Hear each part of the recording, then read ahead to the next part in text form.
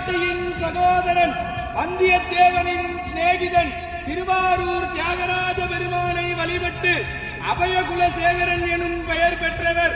தெற்கே இலங்கை வரை சோழர்கள் நிலையாக விரிவு செய்தவர்.